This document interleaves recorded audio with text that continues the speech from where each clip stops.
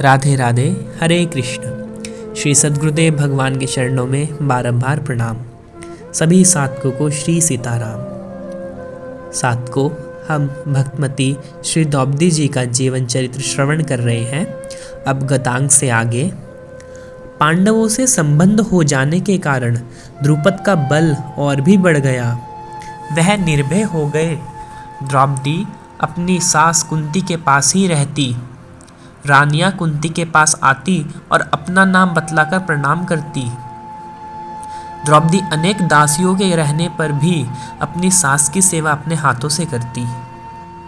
द्रौपदी की सुशीलता, सदाचार, मर्यादा और सभ्यता पर कुंती मुग्ध थी। वे आर्द्र हृदय से द्रौपदी को आशीर्वाद देती। वे कहती, बेटी तुम सब गुणों से भरी पूरी हो, तुम्हें कोई क्या शिक्षा देगा। फिर भी वात्सल्य स्नेह कुछ न कुछ कहला ही देता है।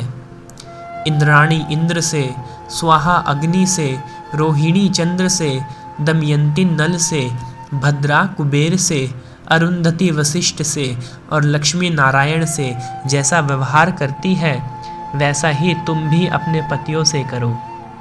कल्याणी, मैं हृदय से आशीर्वाद देती हूँ कि तुम चिरंजीविनी, वीर प्रसविनी, बहुत बंधु बांधवों वाली, सौभाग्यवती और पतिव्रता होकर सब प्रकार के सुख भोगो।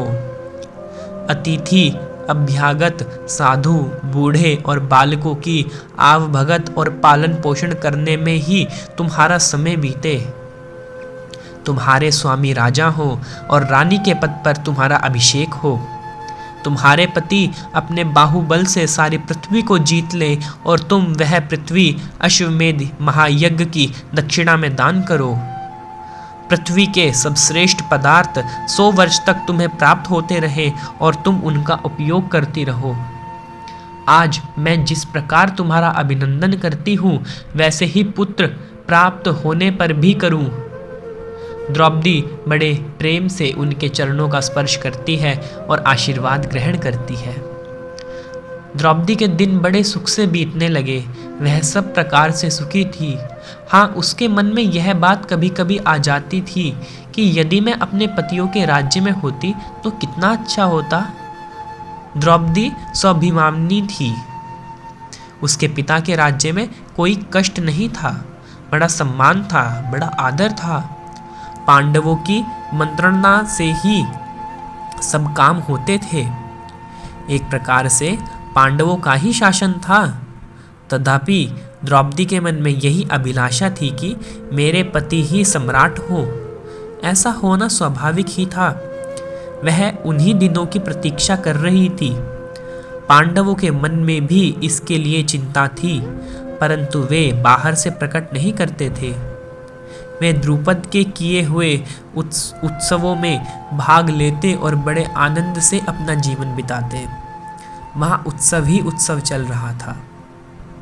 इधर तो द्रुपद की राजधानी में इस प्रकार खुशियाँ मनाई जा रही थी, उधर कौरवों के दल में खलबली मची हुई थी। जिस दिन जासूसों ने हस्तिनापुर में यह खबर पहुंचाई कि पांडव जीते जागते बच गए हैं, लक्ष्य वेद करके द्रौपदी को प्राप्त करने वाले अर्जुन हैं, उनके सहायक भीमसेन थे, जिन्होंने शल्य को पटक दिया था और अब द्रौपदी का उनके साथ विवाह हो गया है। तभी से वहाँ एक नया ही वायुमंडल पैदा हो गया और सब भिन्न भिन्न प्रकार की बात करने लगे। कोई कहता कि भीष्म और धृतराष्ट्र, दुर्योधन आदि का पक्षपात करते होंगे, नहीं तो पांडवों को इतना कष्ट क्यों होता। कोई कहता उनका दोष नहीं है, शकुनी के मंत्रित्व और कर्ण की मित्रता के कारण ही ऐसा हो रहा है। कोई दुर्योधन पर सब जिम्मेवारी लाद देता, कोई पुरोचन को ही दुष्ट बताता, परंतु दुर्योधन आदि तो पुरोचन की ही निंदा कर रहे थे। सो भी इसलिए नहीं कि उसने पांडवों को जलाने की चेष्टा की, बल्कि इसलिए कि उसने सावधानी नहीं की, नहीं तो पांडव जीवित नहीं बच सकते थे। पहले पुलोचन ही पांडवों को लाक्षागृह में जलाने के लिए नियुक्त किया गया था। उन्हें बड़ा भय हुआ कि अब द्रुपद से संबंध हो जाने के कारण द्रुपद और द्रुपद के नातेदारों से पांडवों को बड़ी सहायता मिलेगी, उनका बल बहुत बढ़ जाएगा। विदुर ने यह समाचार धृतराष्ट्र को सुनाया। उन्होंने कहा, राजन, बड़े सौभाग्य की बात है कि कुरुकुल गौरवान्वित हुआ है। अंधे धृतराष्ट्र ने समझा कि द्रौपदी दुर्योधन को मिली है। वे बोल उठे, बड़ी बात, बड़ी बात। उन्होंने तरह तरह के गहने भेजने की आज्ञा दी और कहा कि बहू के साथ दुर्योधन को मेरे पास लाओ। विदुर ने कहा, महाराज, पहले पूरी बात तो सुन लीजिए। इससे भी बढ़कर प्रसन्नता की बात हुई है। पांडव सकुशल जीवित हैं। द्रौपदी ने उन्हीं को वर्ण किया है। वे अनेक आत्मजीवनों से मिलकर द्रुपद की राजधानी में ही निवास कर रहे हैं। धृतराष्ट्र ने कहा, वे तो मेरे पुत्रों से भी प्यारे हैं। वे बलवान संबंधी को पाकर और भी बलिष्ठ हो गए हैं। द्रुपद के आश्रय से वे शीघ्र ही उन्नति कर सकेंगे। विदुर ने कहा, मैं भगवान के श्री चरणों में प्रार्थना करता हूँ कि आपकी बुद्धि सर्वदा ऐसी ही बनी रहे। वे चले गए। दुर्योधन और कर्ण आए। उन्होंने कहा, पिताजी, विदुर के सामने हम अपनी अंतरंग बात नहीं कहते। आपके उनके सामने पांडवों की उन्नति पर हर्ष प्रकट किया है, यह ठीक नहीं है। हम तो उनका बल नष्ट करना चाहते हैं। धृतराष्ट्र ने कहा, बेटा, तुम दोनों जो चाहते हो वही तो मैं भी चाहता हूँ।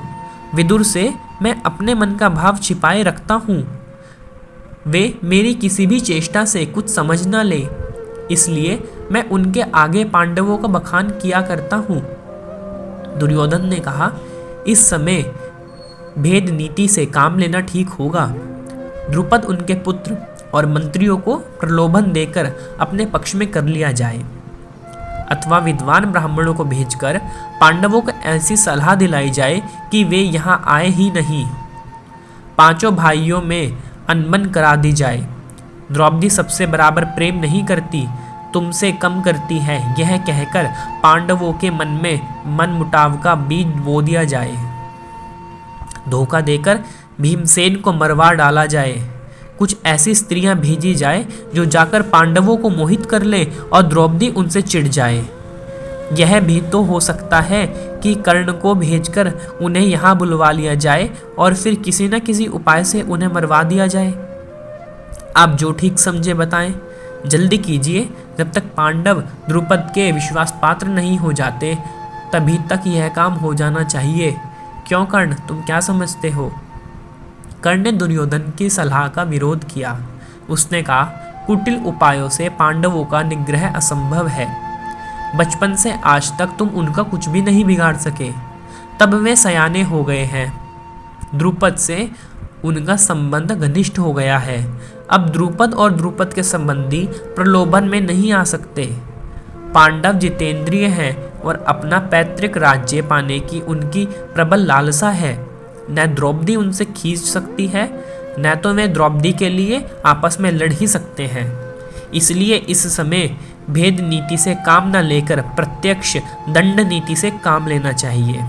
अभी द्रुपद का पक्ष निर्बल है, उन्होंने तैयारी भी नहीं की है। यादवों की सेना लेकर श्री कृष्ण भी उनके सहायतार्थ नहीं आए हैं। अभी उन पर आक्रमण कर दिया जाए। राजन, हमें द्रुपद की सहायता से कोई डर नहीं है। सबसे बड़ा डर है श्री कृष्ण का। वे पांडवों के लिए धन संपत्ति, भोग और राज्य का त्याग कर सकते हैं। उनकी सहायता के पहले ही पांडवों पर चढ़ाई कर दी जाए, यह क्षत्रिय धर्म के अनुकूल भी है। धृतराष्ट्र ने कर्ण की प्रशंसा की और कहा कि तुम्हारा विचार ठीक होने पर भी भीष्म, द्रोण और विदुर के साथ सलाह कर लेना अच्छा है, क्योंकि उनके सहानुभूति के बिना हमारा कोई काम ठीक उतर सकेगा या नहीं, इसमें संदेह है। भीष्म, द्रोण और विदुर बुलाए गए। भीष्म ने धृतराष्ट्र के पूछने पर कहा, मुझे युद्ध करना पसंद नहीं, मैं दोनों को ही समदृष्टि से देखता हूँ। दोनों ही मेरे प्यारे हैं। मेरी सम्मति यही है कि प्रेम, प्रसन्नता और आदर के साथ पांडवों को उनका हिस्सा आधा राज्य दे दिया जाए। इसी से हम सब का, दोनों कुल का और सारे जगत का कल्याण है। पितामह भीष्म ने दुर्योधन को भी बहुत कुछ समझाया।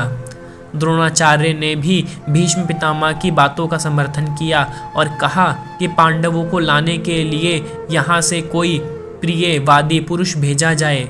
उनके पास बहुत से हीरे रत्न आदि भेजे जाएं। जो पुरुष यहाँ से जाए वह द्रुपद से कहे कि महाराज, आपके साथ संबंध होने से कौरवों को बड़ी खुशी हुई है। द्रौपदी के लिए अनेकों प्रकार के आभूषण भेजे जाएं। द्रुपद के सामने पांडवों को यहाँ लाने का प्रस्ताव रखकर स्वीकृति के लिए उनसे प्रार्थना की जाए। पांडवों को बुलाकर उनका पैतृक राज्य दे दिया जाए और किसी प्रकार उनका विरोध न किया जाए। इसी में सबकी भलाई है। आज का प्रसंग यहीं तक। कल तक के लिए हरे कृष्ण, राधे राधे।